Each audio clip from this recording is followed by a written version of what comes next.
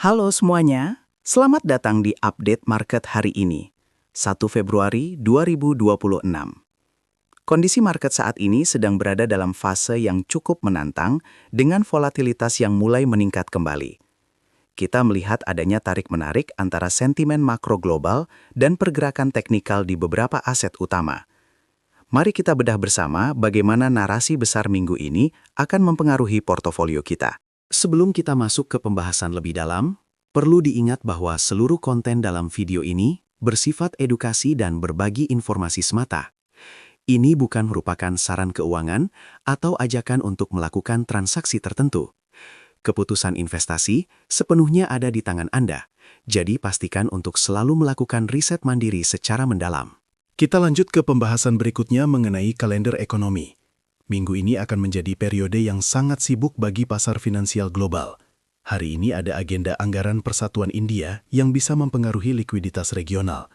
Namun perhatian utama pelaku pasar tertuju pada keputusan suku bunga dari beberapa bank sentral besar, seperti Australia, Inggris, dan kawasan Eropa di pertengahan minggu nanti. Dari Amerika Serikat, data tenaga kerja non-farm payrolls di hari Jumat besok akan menjadi penentu arah kebijakan moneter ke depan. Kondisi market lagi sensitif terhadap data-data ini, jadi pergerakan bisa sedikit liar. Berita makro pertama datang dari Amerika Serikat, di mana Federal Reserve memberikan sinyal adanya kemungkinan kenaikan suku bunga lanjutan. Tekanan masih terasa karena inflasi yang dianggap masih cukup persisten dan pasar tenaga kerja yang masih terlalu kuat. Bagi pasar kripto, sinyal ini cenderung memberikan tekanan jangka pendek karena meningkatnya biaya pinjaman dan potensi pergeseran aset dari risiko tinggi ke aset yang lebih aman. Beralih ke benua biru, inflasi di Eurozone dilaporkan mulai sedikit melandai menjadi 4,2%, turun dari sebelumnya 4,5%. Meski melambat, angka ini masih berada di atas target Bank Sentral Eropa. Situasi ini menciptakan ketidakpastian mengenai kebijakan moneter di Eropa yang terkadang membuat investor mulai melirik aset digital sebagai alternatif lindung nilai terhadap devaluasi mata uang lokal. Kabar positif muncul dari Asia, di mana pemerintah Cina mengumumkan paket stimulus baru untuk mendukung pertumbuhan ekonomi mereka.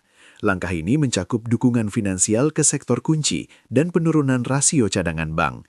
Stimulus besar dari ekonomi kedua terbesar di dunia ini biasanya meningkatkan selera risiko secara global yang bisa menjadi katalis positif bagi pergerakan Bitcoin dan Ethereum jika likuiditas tersebut mulai mengalir ke pasar aset berisiko. Sekarang kita lihat suasana hati market melalui Fear and Greed Index. Saat ini, skor berada di angka 18, yang berarti pasar sedang dalam kondisi ketakutan ekstrim atau extreme fear. Jika kita bandingkan dengan kemarin yang berada di angka 26, terlihat sekali ada penurunan kepercayaan diri yang drastis di kalangan investor seiring dengan harga Bitcoin yang sempat menyentuh area $78.000. Secara historis, fase ketakutan ekstrim seringkali menjadi area di mana volatilitas mencapai puncaknya. Melihat indikator Pi Cycle Top, saat ini kita masih berada jauh dari sinyal lampu kuning. Garis moving average 110 hari berada di kisaran $95.345, sementara target puncaknya berada di angka $201.906. Artinya, secara siklus panjang, ruang pertumbuhan masih sangat terbuka lebar, dan kita belum melihat adanya tanda-tanda overextended yang berbahaya dalam siklus kali ini. Untuk indikator Puel Multiple, saat ini berada di angka 0,75. Angka ini menunjukkan bahwa pendapatan para penambang Bitcoin masih berada dalam level yang relatif wajar dan belum masuk ke zona merah atau fase distribusi besar-besaran. Biasanya, zona puncaknya baru akan tercapai jika angka ini menembus 2,2. Jadi, pergerakan saat ini lebih terasa seperti konsolidasi di tengah siklus daripada akhir dari sebuah tren naik. Dari total 30 indikator siklus yang kita pantau, belum ada satupun yang memberikan sinyal jual atau tercapainya puncak siklus.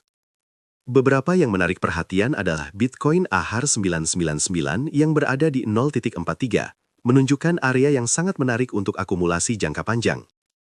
Selain itu, MVRV Z-Score juga masih sangat rendah di angka 0,78, jauh dari level 5 yang biasanya menandai puncak pasar.